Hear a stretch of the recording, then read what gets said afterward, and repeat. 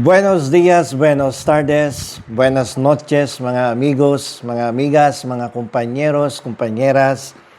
Magandang araw po sa inyong lahat. Ito pong muli ang inyong lingkod, Attorney Rene Bueno. Ngayon po ay Biyernes Santo na dito sa ating bansa, sa Pilipinas.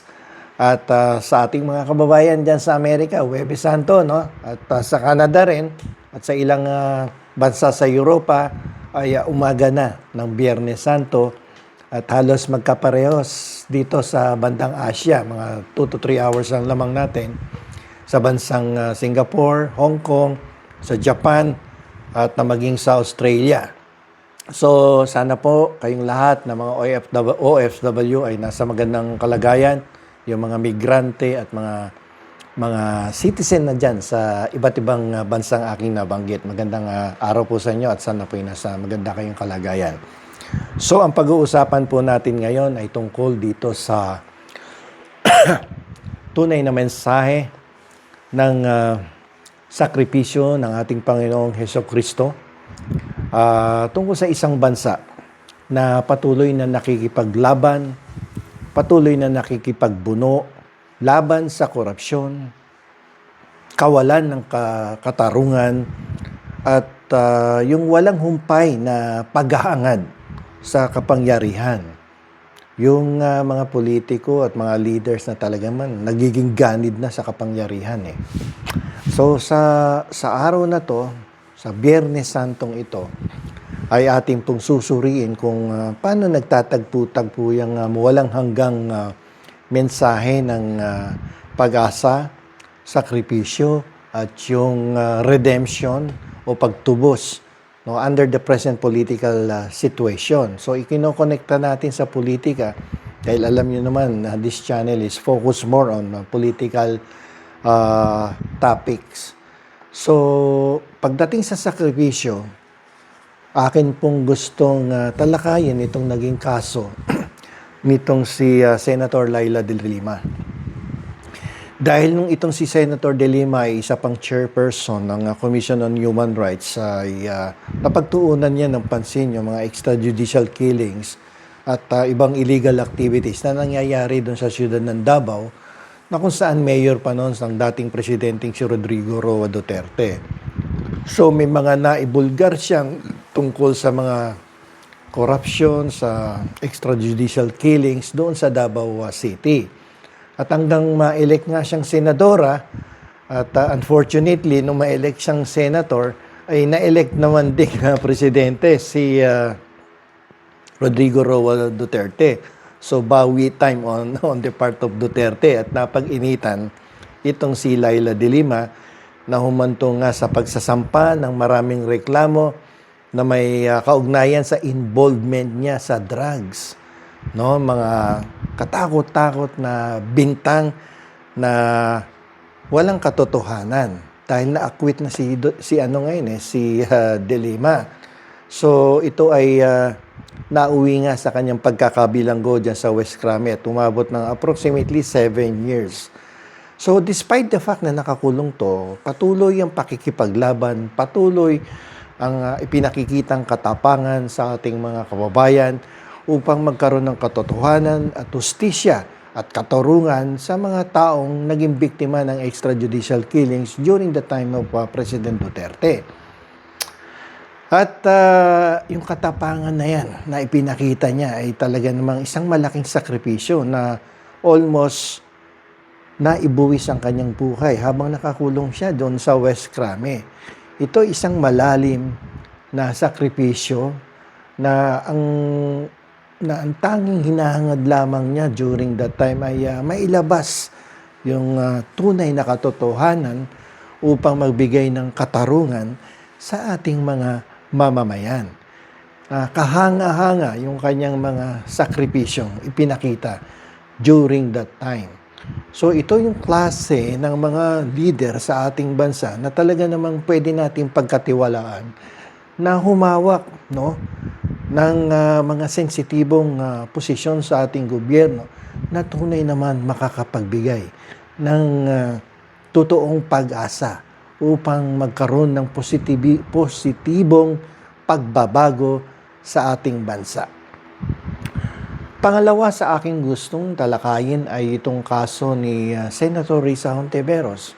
Maaalala nyo nung isang taon o mahigit isang taon na ang nakakaraan ay talaga namang nag-iisa nung umpisa na nag-expose ito ng mga illegal activities about these POGO operations na may kasamang illegal activities na katulad ng human trafficking. At later on nga, sinamahan na siya ni Win Gatchalian, ni Senator Gatchalian, upang tuluyan ng opisyal na imbestigahan ang mga pangyayari tungkol sa POGO na nauwi nga sa pagkakatanggal sa pwesto kay Mayor Alice Go at natuklasan din ang pagkakasangkot ng mga ilang opisyales sa human trafficking, no, ng ilang dating opisyal sa ilalim ng administrasyon ni Rodrigo Roa Duterte. At kasalukuyan nga may mga nakabinbin na mga reklamo laban sa mga dating opisyalis ng ating gobyerno. At itong pagkaka-expose na to ni Senator Hontiveros at ni Senator Win Gatchalian tungkol dito sa Philippine Offshore Gaming Operator na konektado sa human trafficking ay talaga naman delikado. Dahil nung umpisa talaga, dalawa lang talaga sila dito buong tapang na nagpapakita ng tapang at talaga namang hindi natatakot kahit na malagay sa alanganin ng kanilang buhay. Ito ay tinuturing ko na isa ding sakripisyo. Biruin nyo si Senator Hontiveros, lalong-lalo na siya. Babae ito at nauwi nga na nakatanggap siya ng maraming death threats during that time na iniimbestigahan ang POGO at human trafficking na kung saan sangkot itong dating spokesperson ng dating administrasyon. Ngayon nga ay TNT na, no? Tago ng tago sa ibang bansa. Tayo harapin ang mga reklamong isinampalaban sa kanya. Walang ginawa kundi mag-TikTok ng mag-TikTok, no? Pero nakakaawa naman dahil dati ang taba-taba, ngayon payat na siya. Pero maganda yung sa kanyang kalusugan, no? Magbawas ng timbang na hindi atakihin sa puso. At pangatlo, ito talagang hinangaan ko to eh. During that time na talagang walang pumipiyok, walang nagsasalita, openly nung kasagsagan nitong drug war na kung saan kaliwat kanan ang nangyayaring patayan ng mga drug user, drug pushers, drug lord, no? Yung iba talaga inosente na na namamatay na hindi dumadaan sa tamang legal na proseso, walang due process, walang reklamo sa husgado. Pag ikaw ay napagbintangan, patay kang bata ka. So si Senator Antonio Trillanes ay tunay namang kahanga-hanga at talaga namang maraming pananakot, maraming death threats ang tinanggap nitong tao na to. Dumating nga sa point na sasakyan kasi nito, sabi niya ay dati Fortuner lang. Pero nung talagang siya ay talaga naman nakakaramdam na din siyempre ng takot, pero patuloy ang kanyang pakikipaglaban, patuloy ang kanyang pagpapakita ng katapangan upang lumabas ang katotohanan, magkaroon ng katarungan para sa mga kababayan natin, mga naging biktima, lalong-lalo na doon sa mga kamag-anak ng mga naging biktima ng extrajudicial killings, ay binigyan to ng tulong ni Senator Grace po.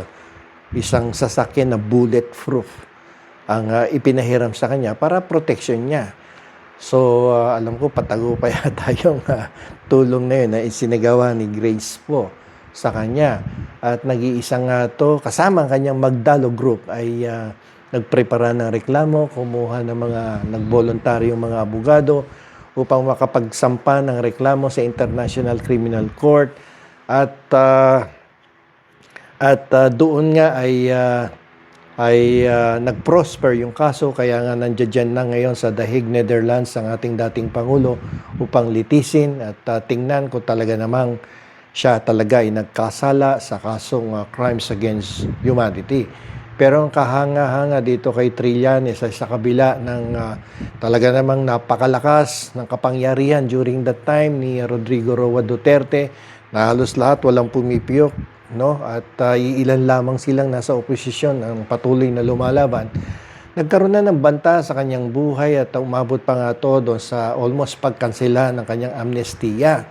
Na ipaglaban nga lamang kaya hindi natuloy yung pagtanggal ng amnestiya sa kanya.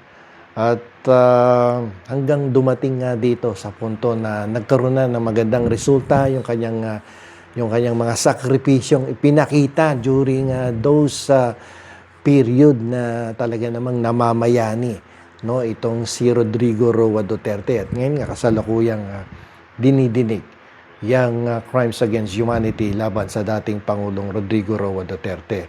So ito yung kailangan nating mga pinuno, leader dito sa ating bansa na hindi iniisip na din talaga no? Hindi iniisip ang sariling kapakanan.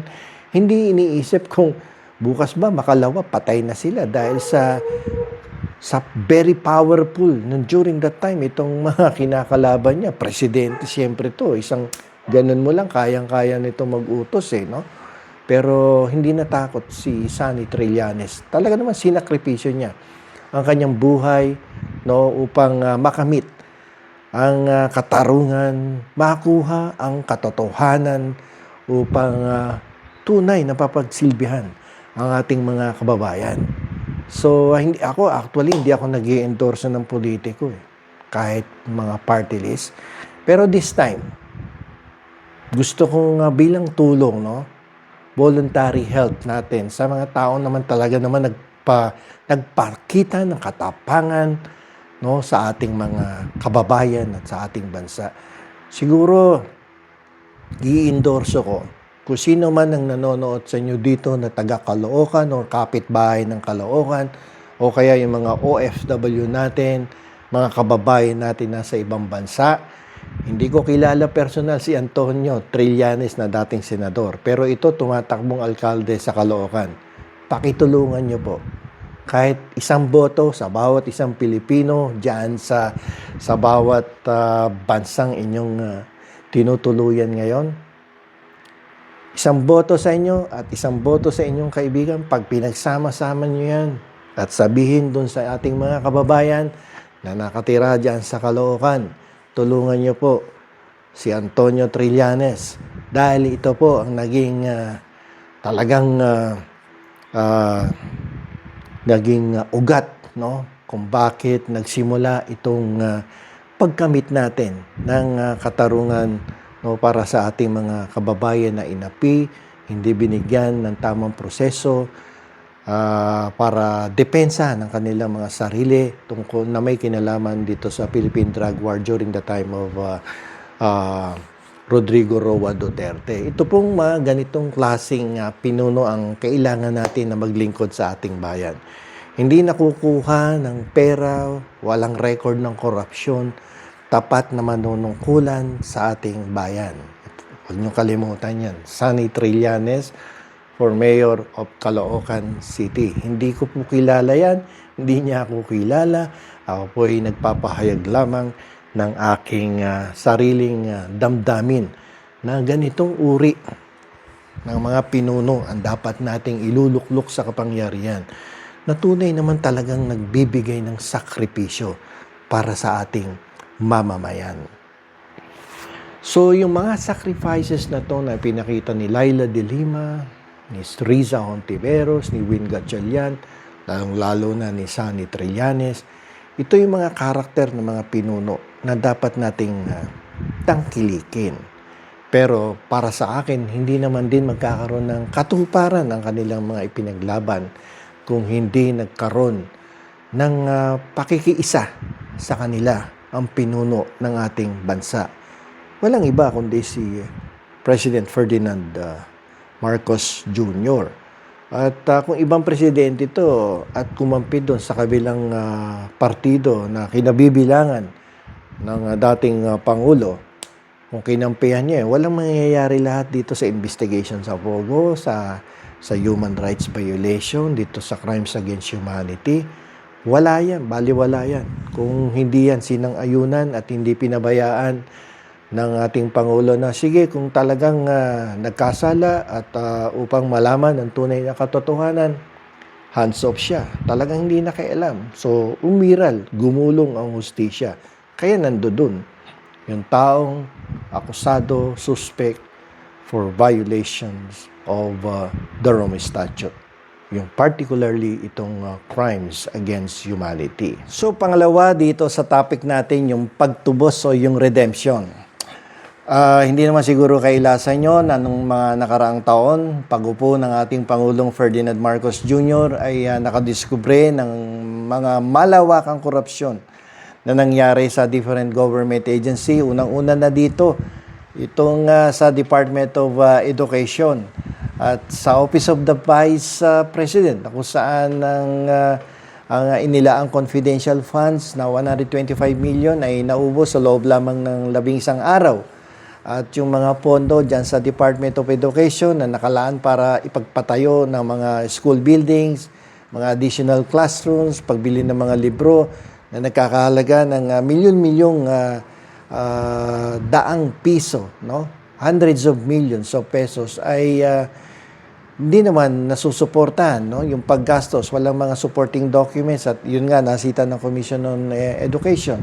So dapat upang manumbalik yung tiwala ng ating mga mamamayan ay kinakailangan sigurong gumawa tayo ng mga mekanismo upang mapalakas ang paglaban sa korupsyon at maibalik yung tiwala ng ating mga kababayan through the observance of the principle of accountability and transparency and the rule of law.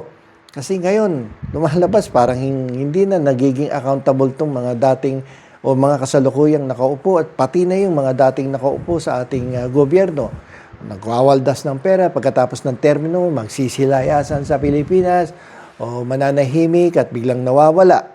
At hindi dapat to ang nangyayari sa ating pamahalaan. Kailangan magkaroon ng accountability dito at maging transparent at mangibabaw yung rule of law upang talaga magkaroon ng redemption or pagtubos sa ating mga kasalanan. Tubusin natin, no, yung mga pagkakasala nitong mga and make them all accountable for all the wrongdoings committed during their term as public officials of our government. Isa pang nabasa ko dito is itong dapat ay gumawa tayo, mag-establish tayo ng isang truth commission upang pananagutin itong mga public officials na to na umaabuso sa kapangyarihan habang nandiyan sila sa luklukan na kapangyarihan. So yung pangatlo dito sa ating mensahe this Good Friday ay tungkol doon sa pag-asa. Yung pag-asang patuloy na umaasa sa paghahanap ng liwanag mula sa kadiliman. At ako naman ay natutuwa dahil nakikita ko ang ating mga kabataan sa kasalukuyan na talaga namang aktibong nakikilahok sa mga pampolitika at panglipunan ng mga aktibidades, yung kanilang participation sa mga online protests, online activism, searching for positive change para dito sa ating bansa ay nagpapakita at nagpaparandam sa ating mga Pilipino na ang kanilang henerasyon ay talaga namang aktibo at determinado na makapagbigay ng magandang kinabukasan para sa ating bansa at ito din ay nagbibigay ng pahiwatig na sa hinaharap ay talaga naman magkakaroon ng patas at mantay na Pilipinas. At yun ding pakikilahok ng mga civil society groups, no? Ito ay magandang pangitain na tayo ay malakas pa rin ang pag-asa na makakamtam natin ang hustisya at makakamtam natin na magkakaroon ng positibong pagbabago sa ating bansa. At bilang konklusyon, ang mensahe ng Biyernes Santo, sakripisyo, pagtubos at pag-asa ay malakas na tumutunog sa konteksto ng politika ng Pilipinas. Ang mga matapang na gawa ng mga individual, katulad ng mga nabanggit kong mga leaders, na handang magsakripisyo para sa katotohanan at katarungan, kasama ang patuloy na pagsisikap upang matugunan ang mga sistematikong issue at mapalakas ang pambansang pagpapagaling, ay nag-aalok na isang landas patungo sa pagtubos. Ang katatagan ng mga Pilipino at ang lakas ng sibil na lipunan ay nagbibigay ng isang malakas na pinagmumulan ng pag-asa para sa isang mas patas at pantay na hinaharap. Ang mga hamon ay napakalaki, ngunit ang patuloy na espiritu ng mga Pilipino at ang kanilang walang humpay na paghahanap ng isang mas magandang bukas ay nagalok ng isang nakakahimok na salaysay ng pag-asa at katatagan. Hanggang dito na lamang po. Ito pong muli ang inyong lingkod, Attorney Rene Bueno.